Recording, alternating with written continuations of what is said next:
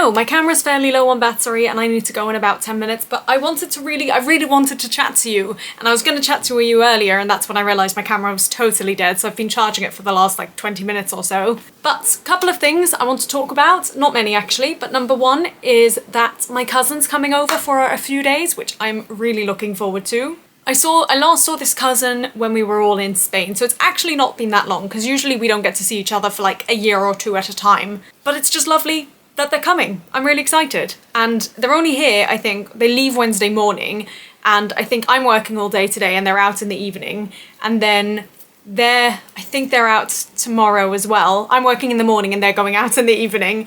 And then Tuesday, we have the day together at least. So I just think it'll be really fun and pretty chill. It's kind of good for me that we're not constantly on top of each other and having to spend all our time together, because you know me, I like my own space. But I am very excited to see them, and I need to go pick them up in about 10 minutes, so very quick. The second thing I wanted to say, and I've mentioned this on the Dear Hopefuls video as well, but that would have been a few weeks ago from when you're watching this, and that is that it is meant to be very, very hot today and tomorrow. Today I think it's 28 and tomorrow 31, I believe, which is ridiculous, absolutely stupid. But because of the way I am, and the way I can't deal well with heat, earlier this week for me has already been quite warm, like 23, 24 degrees, so I've been wearing all my like summery dresses and my leggings and everything, and it means that everything's in the wash now. So all I've got today is this flowy dress, which, you know, I'm hoping there'll be some air, and then I've still had to pair it with leggings because it's too short, so we're back with the lightning leggings, but at least they're getting their time to shine.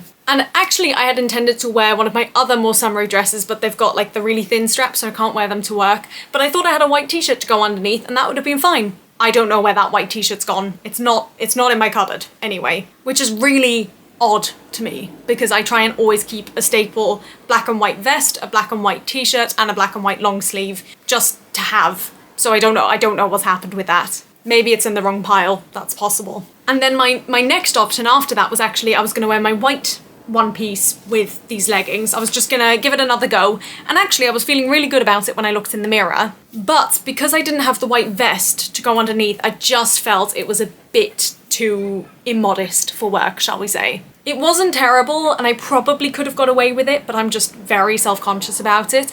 Although to be honest, it's a Sunday, so no one's gonna be at work, like no one would be there to get me in trouble, but I just felt it was just teetering on the edge and I didn't want to risk it. So I'm gonna be warm, and it's gonna be fine. Also, can't believe it's the end of the Olympics already today. That has blown my mind, but this morning I watched the end of the marathon, and I was like, there was a group of 5 of them who were kind of leading the way, and there was a Dutch person in that group. I think it was 2 Ethiopians, 2 Kenyans, and a Dutch person. And the Dutch person was like at the back of the group, and I was like, oh, do you know what? We're not gonna win.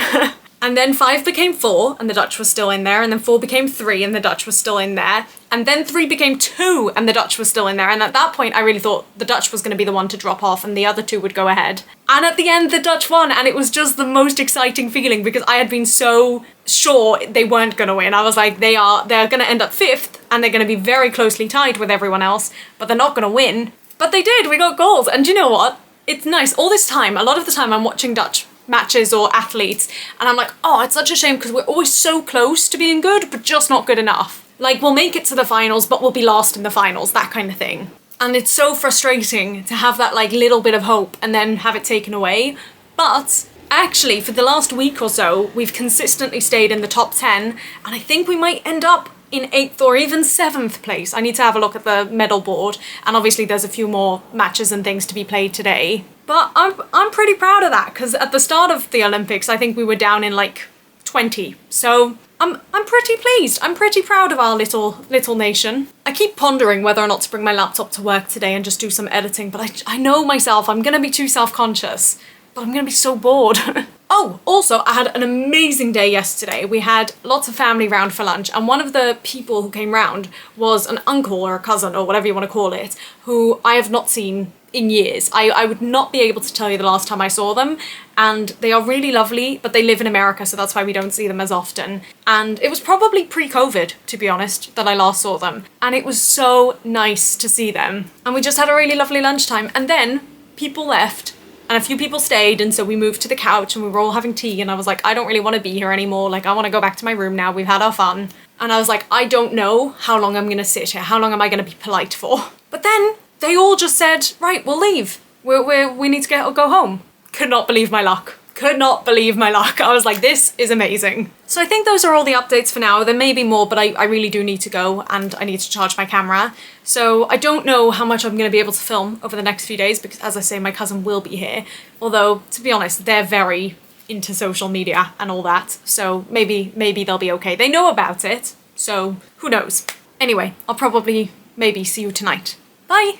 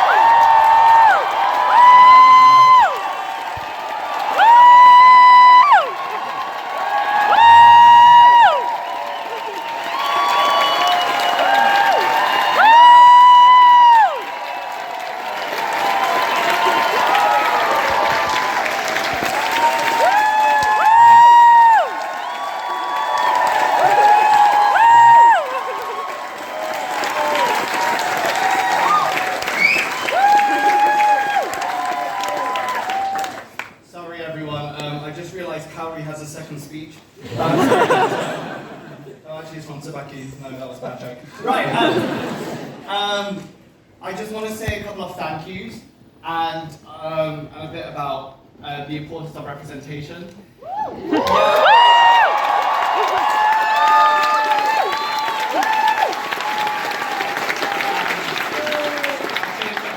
With where we go from here. So the first thank you I'd like to say is to all the producers and investors from around the world without whom this would not have been possible. They're not here with us, but let's give them a big round of applause.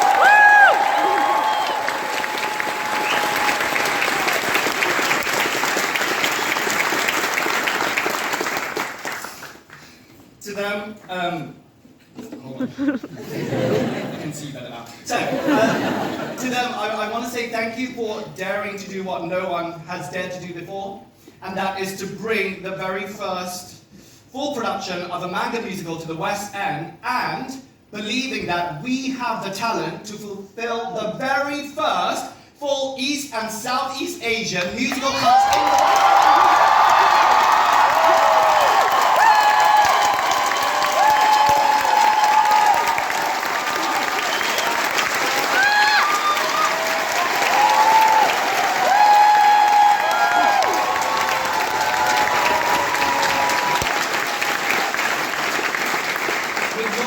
in April, we have shown that our community has new stories to tell besides the ones that have been around for many years. Stories that are inspiring, moving, and that can be critically acclaimed, and that the audiences are ready for them. So please, producers, investors, and creators out there, please continue to invest in our stories and our talent.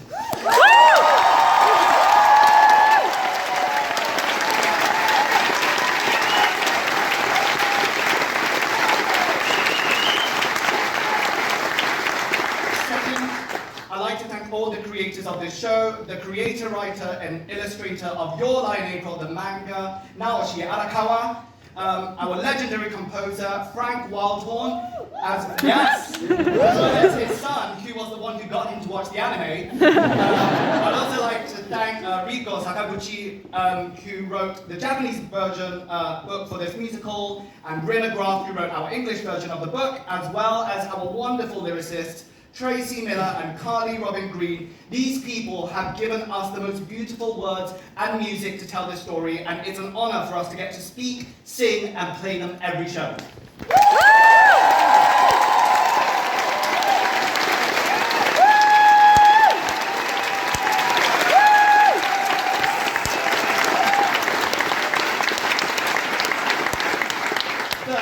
I'd like to say thank you to our director Nick Winston and co-director Jordan Murphy. They are talented leaders who not only care about truthful storytelling, but also who care about collaboration and sensitivity to both our culture and our voices.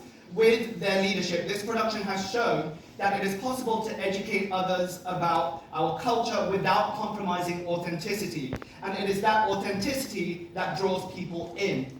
It has also shown that it does make a difference when you include people with lived experience in the team. So in our case, Kimie Nakano, our costume designer, and Yojiro Ichikawa, our dramaturge, back translator, and cultural consultant, who have meticulously informed even the tiniest detail in the show, from name pronunciations to bows to social customs and so forth, as well as all our Japanese and other East and Southeast Asian members across the entire company.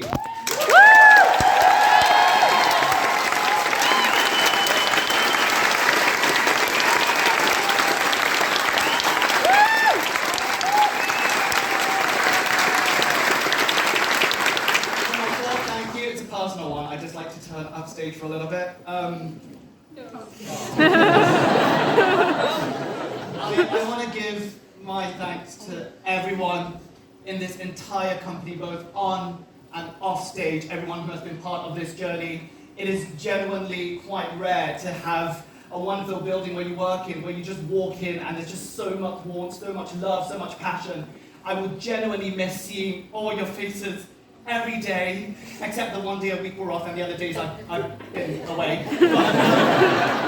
But thank you so much. You are amazing. So give yourselves a big round of applause.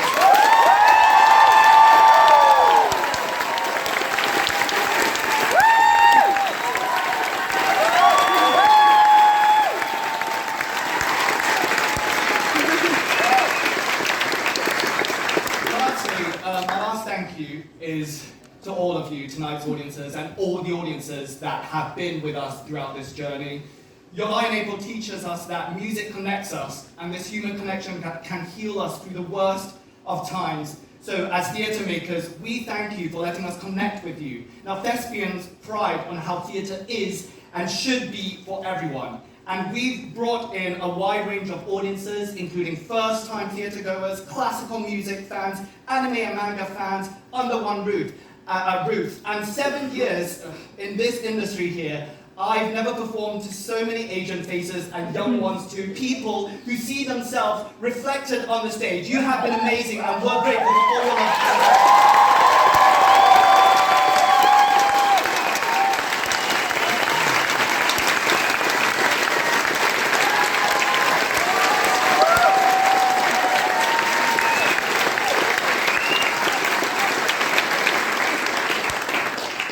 So I want to talk a little bit about representation. So representation is important because it allows both us and everyone else to see the limitless possibility of who we are and who we can be. It humanizes us, inspires us, allows us to dream. It has real tangible impact on social issues and other areas of life, which is especially noteworthy considering the recent events around us. And to us as actors and creatives, it allows us to pursue a career in this industry without having to face a ceiling that others have the privilege of not facing. In this country, our community is still today severely and disproportionately underrepresented.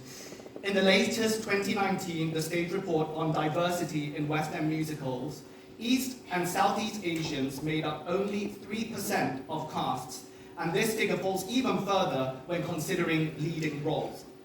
And in 2024, we still see announcements of large non-heritage specific West End shows that feature zero East or Southeast Asian actors. However, with Your Lie in April, we've shown that we are just as talented and multifaceted as other communities. We can hold our own. We've also shown we're not just the over-sexualized woman or the emasculated man. We can be the concerned dad, the hilarious yet empathetic friend, the confident, inspirational girl, the hero, yes, the geek, but one who is complex and charming, the protagonist, anything, everything, anything, everything, and so much more.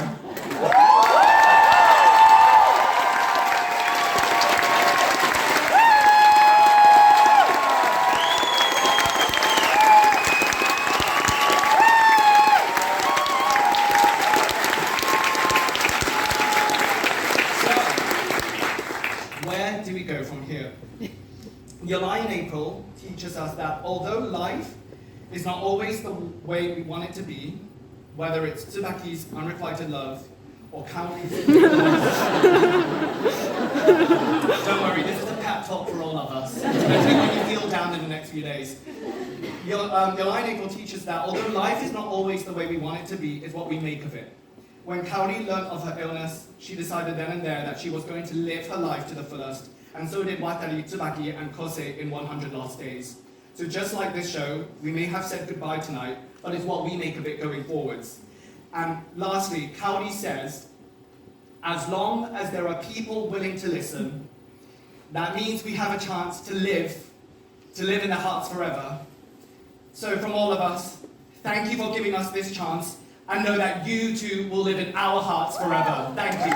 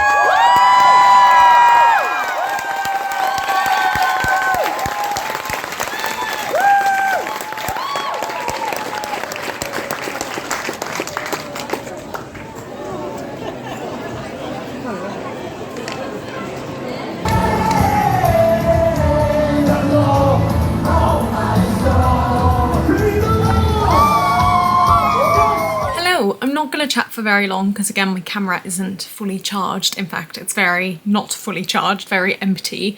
So I'm just going to quickly check in because it's been a Sunday. It's been a chaotic Sunday.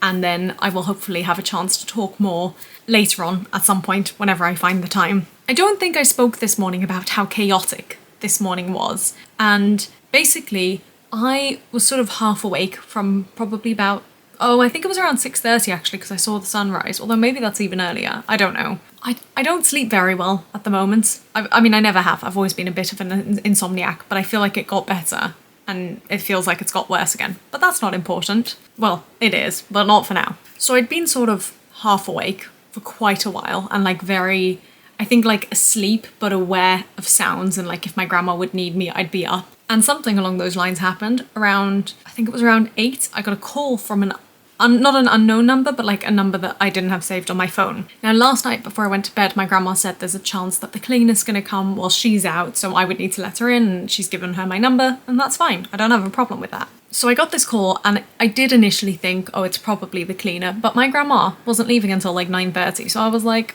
it's gonna be fine. Why is she contacting me? I'm gonna ignore this number. But I was aware enough to like check my phone if she left a voicemail or a message or anything. And she did send me a message to say, there's been a problem, a delay, blah, blah, blah. I may not be able to make it. I said, that's fine. You sort yourself out. You can come later in the week or another day, whatever. And she was saying she couldn't get hold of my grandma. So I was like, I'm gonna just make the call here, come another day if it's too stressful for you, because it's a bit messy for us. Then around 8:40, I got a call from my Dutch grandma to say my cousin was on his way, which again, fine, not a problem. Although when I saw that I had a call from her, I was thinking, has something happened? Has there been a delay? Is there, what's happened? But it was all good. And then probably about an hour later, an hour and a half, I don't know, I got a message or maybe a call from my cousin to say he'd landed and that he was going to be on his way soon. And all this time, I may have spoken about this morning, I'm not sure, there was a gap. There was between sort of 11:15 at a stretch and 11:45 that neither of us would be home to let the cleaner in or to pick up my cousin. But aside from that, I would be there before 11:15 and my grandma would be back after 11:45. And so it looked as though my cousin was coming right in that beautiful gap where he would have to wait, which, I mean, would have been fine. There's coffee shops, whatever, it would have been fine. Anyway, so I still don't know what's happening with the cleaner, if she's coming at all, or, what the story is there. But obviously my grandma leaves, I get myself ready to go, I make lunch, blah, blah, blah, I chat to you, I get ready, I go. And I got another call at whatever time from my cousin to say they were going to be about, I think, 40 minutes or so. So I timed it so that I would try and be at the station where they would be coming in at the same time. And as I was walking, I can't remember exactly what was happening, but at one point, I think I was listening to music or an audiobook or something, and then I got another call from my cousin saying he'd arrived and I was still on my way, although I was like 3 minutes away. But whilst I'm on the call, I see someone who I'm meant to be working with in like 2 hours, an hour. So I was like, oh, hold on a second. Hi, what are you doing here? Anyway, it turned out they had swapped shifts, so they were coming in later in the day. So I did end up seeing them at work again. And then I went back to the phone and my cousin was saying he was in line at a coffee shop getting a coffee. And I was like, I will come say hi to you and then I need to go to work. There is a video of me coming to say hi, so I might pop that in now because it was cute, I thought anyway. Hello.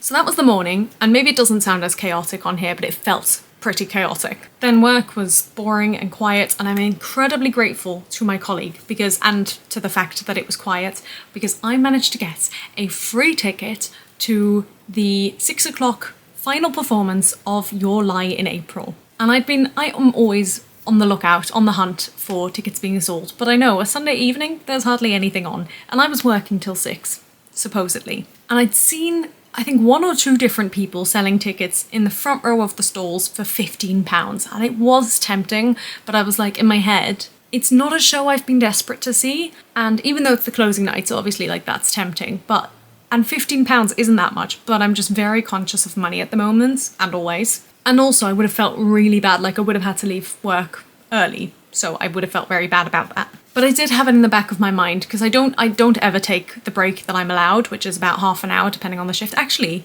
it was probably an hour today. Oh, that makes me feel even better, because I think I did a 6-hour shift, so in theory, I'm entitled to an hour break. And I took, in theory, 0 hours of that. 0 minutes. So when my colleague came in and we were a bit more settled, I was still thinking about it. I was thinking about asking her if she'd be okay if I left half an hour early. If it was quiet, obviously. Well, the shift was definitely quiet, and I was still thinking about the ticket, although I still wasn't 100% sold. And then someone else was giving away a free ticket in row D of the stalls, although they didn't actually say that at the time. But someone else had already claimed it. So I checked with my colleague. I was like, do you mind if I leave, like half an hour early today? And she said, no, it's fine, like it's been quiet, whatever. And we've done it for each other actually a few times in the past where we just kind of let each other off. And so someone else had claimed it. And I was kind of just scrolling past it. And then I thought, no, do you know what? I always see people say, can I be second in line? Can I be third in line? And when I clicked into it, there was no one else except this one person, and they'd posted maybe 10 minutes ago or written. So I wrote and said, any chance I could be next in line? And they wrote back to me immediately and said, well, the person before you hasn't responded yet. If you want it, it's yours. So I was like, are you sure? Are you sure? Are you sure? And they were like, yes, go, it's fine. So I was like, yes, I'll take it. And it was a little bit suspicious because it was an anonymous poster, and then someone just randomly messaging me saying I'm the poster, which is like, how do I know you're the poster? But because it was free, it didn't matter. Like, the worst that would have happened is that I would have got to the theatre and someone else already had the tickets, and then I would have had to go home, which would have been a shame, but like, it wouldn't have been a huge loss of money. And then they were finding it really hard to send me the ticket, so again, it was even more suspicious. But in the end, we got there, and my goodness, the journey was so stressful. Around 5 o'clock, I started like packing up and whatever, and my colleague was like, wait, is your shift only till 5:30? And I said, no, it finishes at 6, but I'm just getting myself ready to go because I need to dash. It's meant to be door to door, oh, my camera's about to die, a half-hour journey. And so I was stressed. Left at 5:25, halved my journey in walking, in what Google Maps had told me the walking time would be, so that was good. Trains came quickly, more or less. Walked the right way at Piccadilly Circus, which is a station. It's the area, that roundabout, I never know which direction is which. So I couldn't believe my luck that I was walking in the right direction. Made it to the theatre at, I think, 5:52, was in my seat at like 5:53, 54. Amazing seat. My camera's gonna die, so I will talk about the show in the next clip or in another video. Suffice it to say, it was amazing. It was beautiful. I'm so glad I went. The atmosphere was incredible because it was the last night, of course. It was so beautiful. I cried. It was amazing. I will talk about it more later on. Bye. Hello.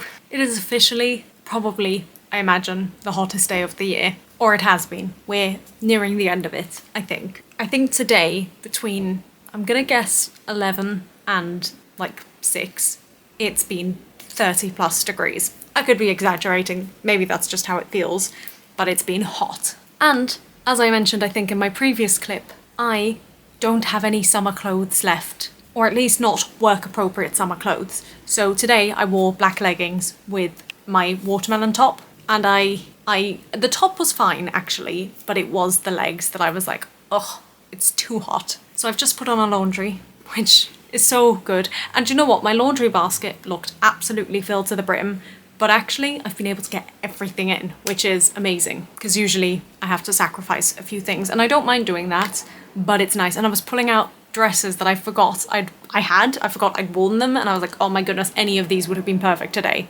But alas, oh well. I'm gonna talk about the show, and I'm gonna talk about today and Tisha B'Av, because that's just started like 5 minutes ago.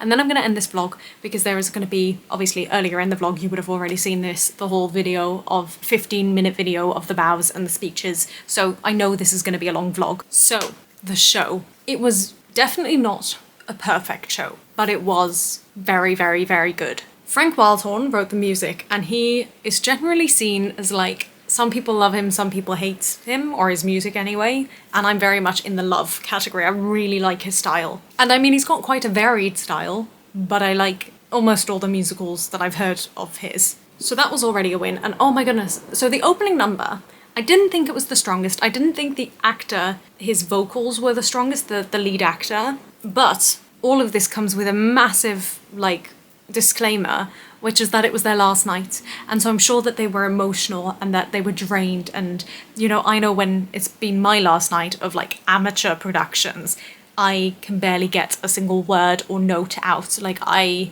know the emotion lives in the vocal cords, and so I want everything I say, wherever I criticize or whatever, the acting or the singing, which I don't do that much, or maybe even at all, but when I say things like it wasn't the strongest, I know that it was their last night, and I know that if I'd come on, press night, it probably would have been better. But I did find that the actor it seemed like he was struggling, or, like making an effort for the notes.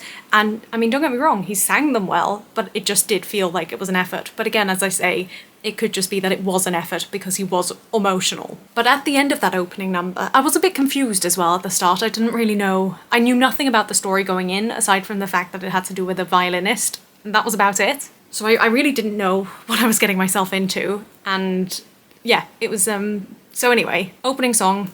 Wasn't totally sold on it at first, but at the end of the opening song, there were these gorgeous harmonies, beautiful, and I loved it. And that remains a consistent thing throughout the show. Anytime there were harmonies, whether it was two or the entire cast or whatever, they were so good, so beautiful. Pulling up my heart, pulling up all the strings inside my body, so good. And then I think the next number after the opening number was a bit more of like a dancey, upbeat, fun song, and I loved that. Again, I loved all the dancing.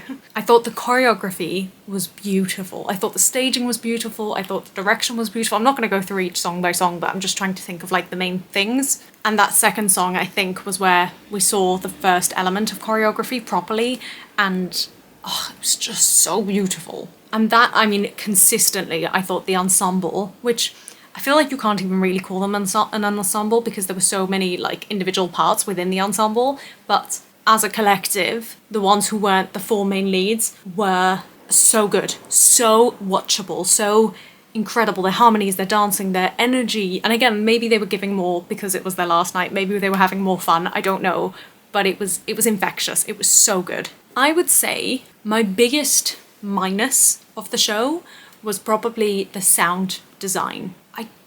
There were some moments that were too quiet and I missed things, and then there were some moments where like one singer would have a much louder microphone than the other, and so it didn't blend as well, and it wasn't because of the singers on stage, it was because of the mics. Or even if they weren't singing together, there were moments where one person would finish a song and it was this like beautiful light, and then someone else would come in and absolutely belt, and it sounded amazing, but it was so loud, it was like, oh my goodness, what is happening? And that I noticed consistently throughout the show. So I don't know what happened there. I don't know if that's a every night thing or if that was just like a mistake, or I don't know. I don't know if I spoke about this yesterday. I went to see Elf 2 years ago, I think, 1.5 years ago, on their closing night.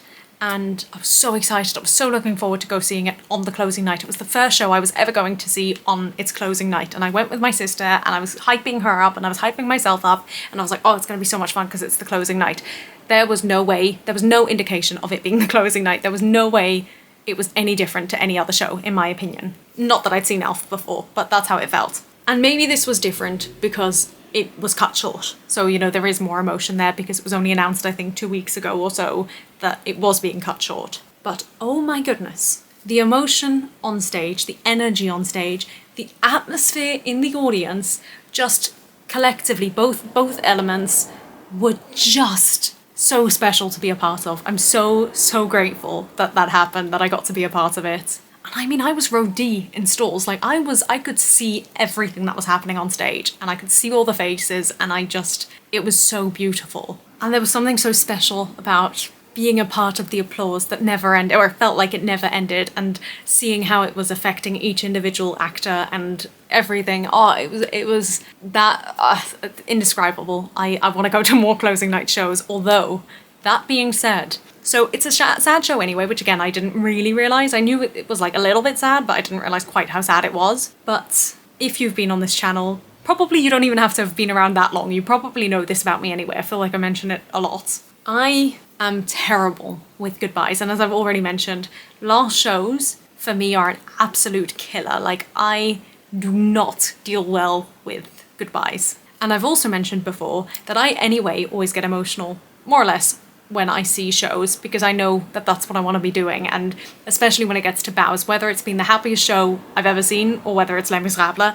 I usually cry at the bows, just because I want to feel that one day. I want to be on that stage bowing and feel that love and feel that applause. And maybe that sounds really selfish, but like that idea of, and also I feel like the bows are the moment where you get to be yourself a little bit. So, you know, you've played your character and then you get to actually enjoy it and revel in it during that moment of your bow. So anyway, a bit of a tangent there. What I'm trying to say is I can feel as an actor, I feel a connection, I suppose, to the people on stage, because I know that that's, you know, I can put myself in their shoes 100%. So again, opening number already, I felt like at the end of the opening number, we were all applauding and you could just see the lead actor, because he was, I think, the only one on stage at that point. You could see him loving it, and it just felt like, oh, my heart. And so I can't remember, like, I think there was like a silly scene, and I can't remember what the moments were. I think it was at the end of that second song where it was really dancey. I may be getting songs confused, but I know which one I'm talking about. And again, we were all applauding as if we were going to be applauding all night, which we more or less were. And you could see everyone's faces. You could see, initially they were just holding their poses, and then as the applause went on, you could see them, you know, actually take it in. And I think in that moment, I don't know if I actually cried or if it just felt like I was gonna, but I definitely felt that like emotional heart-pulling thing, because I know how hard I would find it. And that happened many a time during the show. And there was one thing that happened that I don't know if it actually happens in the show or not, and I don't know if it was a mistake, but then someone else sort of made a callback to it. And again, I don't know if that was something in the script or just something that they did, but it looked like it was something that just happened tonight because of the other cast members' reactions. I don't know, I won't know, but it was very funny. And again, you could just see like how, and I can't explain it, but I know the feeling because I've had it so many times where you're like so emotional, and so you're feeling so strongly that like you laugh because it's like I can't think of the right word. Or even if you're not like actively laughing out loud, you can just, I can't explain it, but I could see that that's exactly how they were feeling. Almost like if I don't laugh, I'll cry. Like that kind of, I can't explain it. If you know, you know. So yeah, it was just beautiful. And as I say, the choreo, I think my only wish would have been for a bit more fun, a bit more happy boppy numbers, because I think there were 2 in the show and I loved both of them. And I just felt, I know you're meant to be sad in the second act, and like I was, but I would have just loved to see a bit more dancing, to be honest. Like, what's it called? Not just like classical dancing, because there was some of that, like ballet. I don't even know if it was ballet, but contemporary, I guess, is what you'd call it, which was beautiful. And oh my goodness, their costumes were gorgeous as well. I was like, I want all those dresses and shoes. But I loved, like, there was one number, I'm gonna call it the bicycle number. If you know it, you know it. If you don't, you don't. But it was just like so much energy and strength and joy. And I would have liked to see more of that. And then they did like a violin choreography, which was incredible. And there was one actress who wasn't actually playing the violin, but was sort of miming it, I suppose. And she must have obviously studied it very hard, because it was so well done. It was beautiful to watch. I think that's like the 2 words I keep wanting to come back to are gorgeous and beautiful. That's how I felt about the show. And there was one character, and I mean, I know nothing about anime, manga, Japanese culture, Asian culture. Like I know that I know nothing. So my entire experience of watching the show was so white and so ignorant. But there was one character that I thought was a little bit over the top, and I really loved the character. Like I really enjoyed watching the actress, and I think the actress did it really naturally, even though it was over the top. But it did feel it. The problem was it didn't feel like it worked, only because I didn't feel like everyone else was at that level. I felt like that character was so heightened and everyone else was not really. But again, maybe that's a trope of the genre that I just don't understand or don't fully get. But overall, I thought everyone was super talented. I thought the music was beautiful, the harmonies were beautiful, the choreography was beautiful, the set was beautiful, everything was beautiful. And I guess the final thing that I want to say is that you could really see how much love and respect they had for each other in the cast and crew and orchestra and everyone. Obviously you could see it from the cast on stage anyway, a little bit during the show, but also not too much, because at the end of the day, they're still professional actors, they know what they're doing. but at the end, you'll see it in the video earlier, the way they're all hugging each other, and not just cast with cast, but cast with crew, with orchestra, with stage management, with everyone and everyone. I just think that's really beautiful to see, because that's not a guarantee in every show. And to see a culturally appropriate show, I hope I'm using the right phrase there, I feel like I maybe haven't, but to see a show be cast as it should be, and have a team that so clearly cares about the source material and the source location, I guess, I don't know. The source is just beautiful to see, and it does make me feel like I want to see more of that in Jewish shows, which, you know, maybe that's a selfish thing of like twisting it and making it about me, but it was so authentic, and that needs to be applied not just to Jewish shows, but to every minority show, I feel. That care and consideration and precision and authenticity. Oh, because you could tell, you could just see it on stage, and I just think that needs to happen more. I feel like I was going to say one other thing, but I can't remember now. Anyway, that was the show. This video is going to be so long. Right, very quickly about today. I went to work, as I say, it was hot. Went to work was fairly quiet, although our computers stopped working, which wasn't ideal considering that's literally what I use. I can't do my job without the computer, and I can't even like use another computer, I have to use that computer. So that wasn't ideal, but aside from that, work was good. And then I met up with my cousin around Piccadilly Circus, so same area as I was yesterday. Hung around in a Boots while I was waiting for him because it was hot, and Boots was air conditioned, and so I just kept like applying different testers of things. I probably have a little bit of moisturizer on this cheek, a little bit of sunscreen on this cheek, a little bit of one perfume on this wrist, a little bit of another perfume on this wrist, I don't know. I definitely just like kept going around and like using whichever testers I could that weren't makeup. And then we just wandered, basically. I think we walked down Regent Street and then Oxford Street, and it was just chill. I mean, it was hot, so we kept stopping and we kept like going into shops and whatever just to like get the air conditioning, but we didn't really do very much. And then I came home just after 7 and had a huge meal. So much food, but really good, really good. And now it's Tisha B'Av, as I mentioned, which is a Jewish fasting day. It is, I think, the second most like intense or serious. I think it's the most sad day actually in our calendar. A bunch of bad things happened.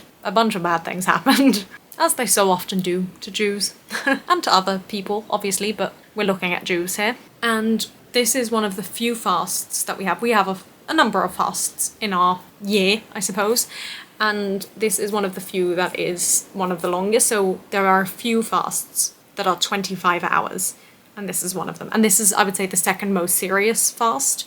So most people, even if they're not religious at all, most people do fast on Yom Kippur, which is the most religious day, and I think I did speak about it last year. And then usually no one else fasts for any of the other fasts except like super Orthodox people. Or I shouldn't say super Orthodox, I should say super religious, because there is a difference there. But if you're going to fast on any of the other fasts, it would be this one. And I think I've had some years where I have fasted and some years where I haven't. I don't know if you use fasted or just fast.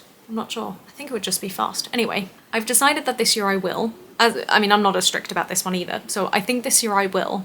But if I do find that I need water because of how hot it's been today and because of how hot it's meant to be tomorrow, I think it's meant to go up to 26 degrees.